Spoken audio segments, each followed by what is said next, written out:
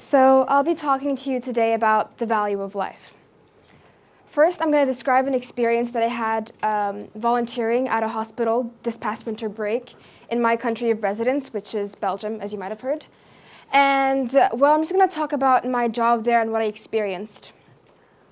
Well, my job at this hospital was to essentially make the patients stay a bit nicer, make their food, cut it up for them, converse with them, ask how their day was, and all that kind of stuff. And this opportunity led me to discover a lot of different and interesting aspects of the hospital and different departments. And I must say I loved doing this type of work. But then there was the Geriatrics Department. And for those of you who have been there, you know what I'm talking about. And for those of you who have no idea what I'm talking about, well, geriatrics is a special type of medicine, or a special branch of medicine, that is concerned with treating the illnesses of the elderly people and curing their diseases, so to speak. In the geriatrics department, I met this sweet old lady there, and her name was Louise. Louise was about this height, and she was really sweet. And maybe I liked her because we conversed well together, or maybe I liked her because she called me the sunshine of her day, and that felt kind of good. But I don't know what it was, but me and her got along really well. Louise, she suffered from Parkinson's and Alzheimer's at the same time, so it was quite tough. And she often hallucinated the presence of dogs or other types of animals under her bedside table, so that was kind of tough on us. But the most shocking part wasn't what she was doing or what other people were doing at that hospital. The most shocking part was the presence of these posters. And these posters were posters, and they were advertising the process of euthanizing someone. They were advertising doctors who were to perform euthanasia on you, and they were giving their contact details and everything. Now, this might not seem so shocking to you, seeing that euthanasia is the termination of a patient's life who's either terminally ill or like chronically illness, or that has a developmental or psychiatric disease that makes it tough for them to live their life, just like Louise. So it might not be so shocking to you, the presence of these posters there. But I live in one of the few countries that legalizes euthanasia, and for me, imagining Louise getting euthanized and imagining the kind of pure commitment that you have, or the loss of commitment that you have to life, to be able to be like, okay, I give up, I want to get euthanized by a doctor. Well, I just couldn't imagine it. It was really shocking to me. Euthanasia is often known as a mercy killing, and it's known as that because of the nature of it. So euthanasia is there to make your life easier, to end your life, to end your suffering. But what's not getting known by the public is that, first of all, euthanasia is getting more and more popular. And it's not because we're getting worse at treating illnesses. Euthanasia is not a mercy killing, and it's known as assisted suicide for specific reasons. First of all, more and more doctors are getting qualified to euthanize people. More and more people are resorting to euthanasia. Some people even travel all the way from other countries of the world right to Belgium and the Netherlands and to other countries where euthanasia is legalized, just so they can get rid of life in a legal way, that they're not suiciding. But it is assisted suicide. Euthanasia is often known as the easy way out. And recently, it has been so that the elderly population isn't the only one getting euthanized anymore. Young people are now able to euthanize.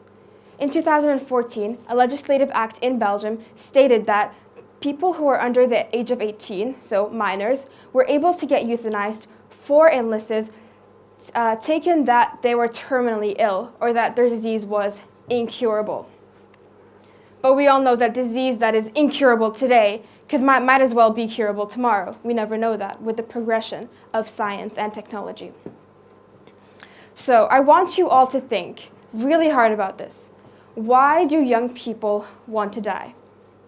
And if you don't believe me about saying the fact that young people really do want to die, well, let's take this example.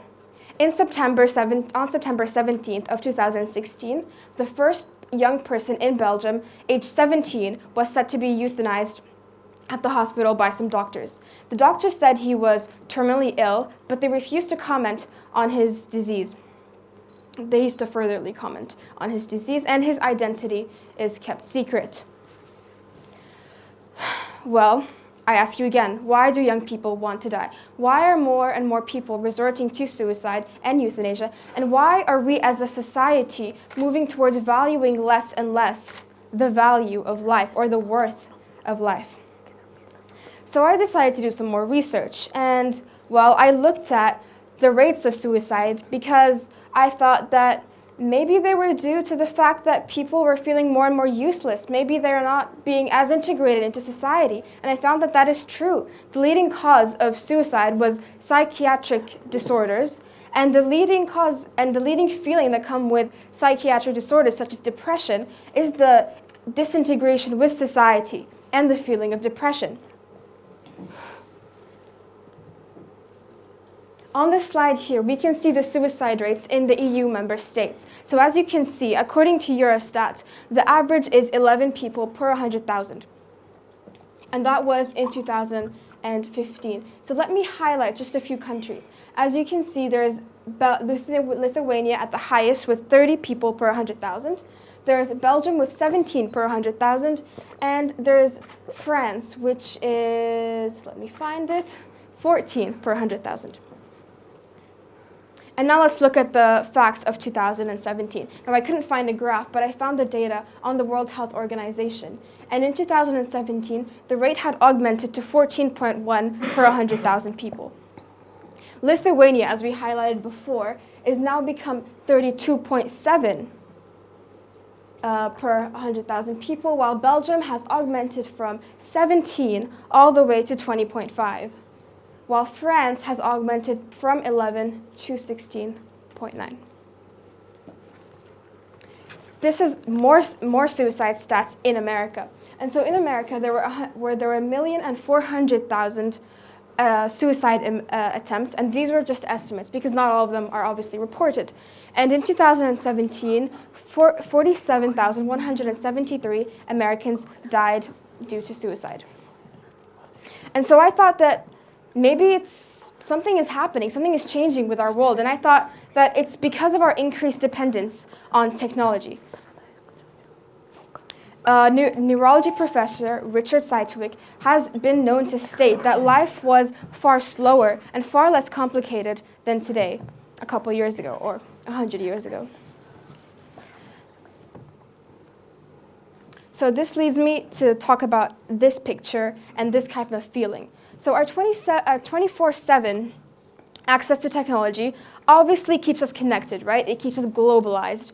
And that's a good thing because it gives us resources to help people all around the world. But it also keeps us connected constantly to our responsibilities and to the problems in this world, which all feel all too overwhelming for us. Because as a person, we cannot be expected, or we cannot possibly be expected to solve all the problems that are wrong in our society today. And all this negative information, hatred, and all that kind of stuff that you can find on the internet can be really, truly overwhelming. And so us as humans, we become into this state where we know what's wrong with the world, we recognize it, we don't know how to solve anything, we don't know where to start, and so we feel super overwhelmed that we end up doing nothing.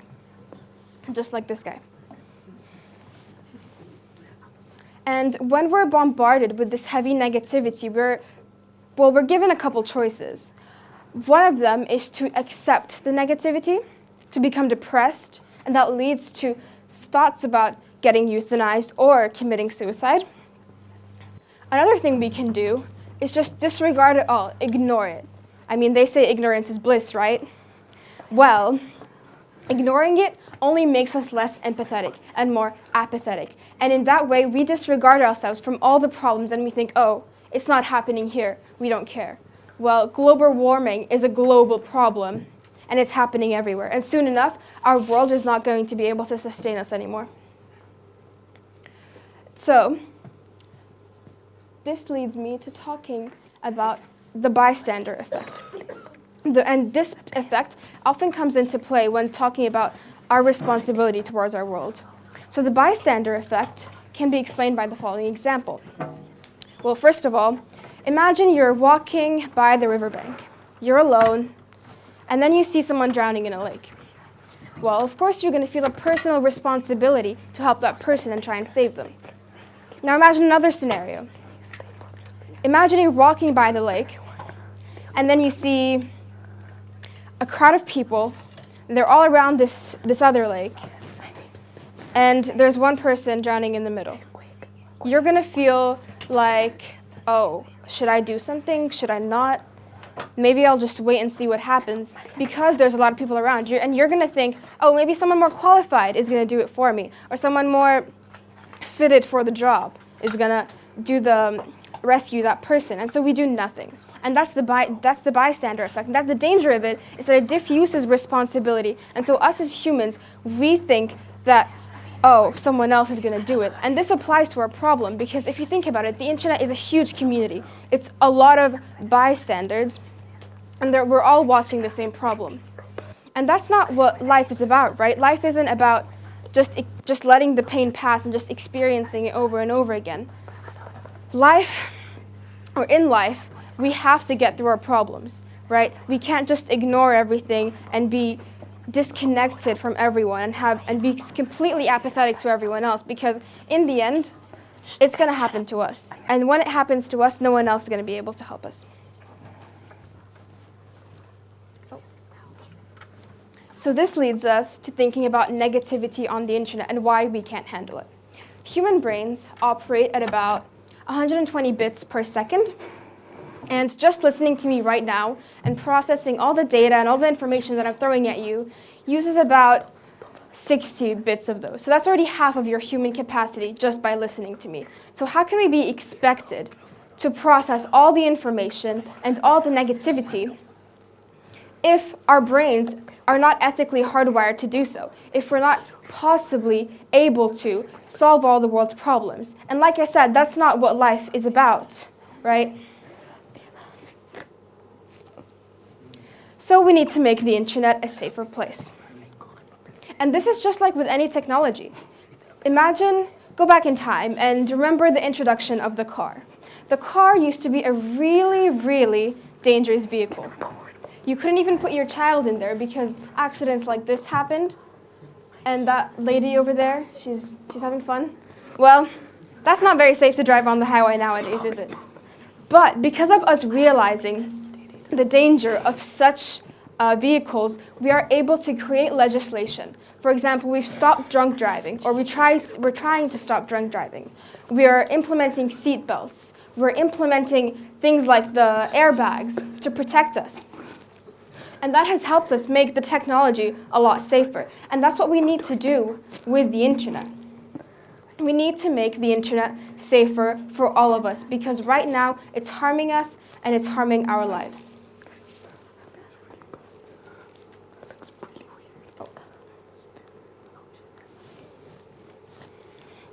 So this brings me to my last point.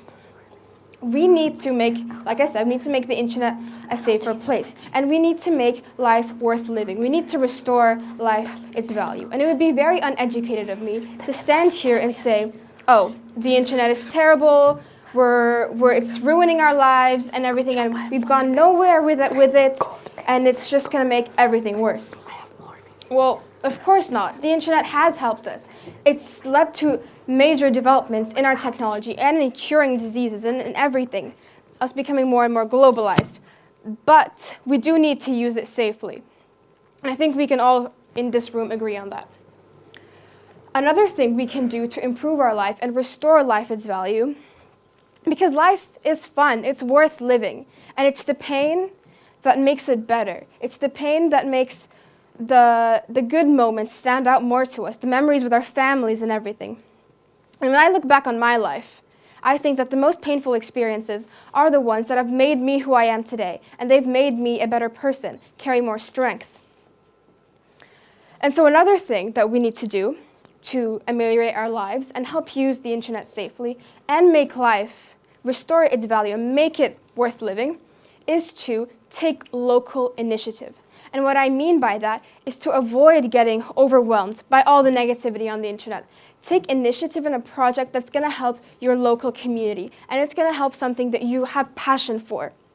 And once you do that, it's going to be enjoyable to help people. You're going to feel useful. You're not going to feel useless anymore. You're not going to have thoughts of suicide because you're feeling useless, because you're going to be useful to some people. You're going to really bring an impact. And if everyone takes local initiative, we can raise global impact.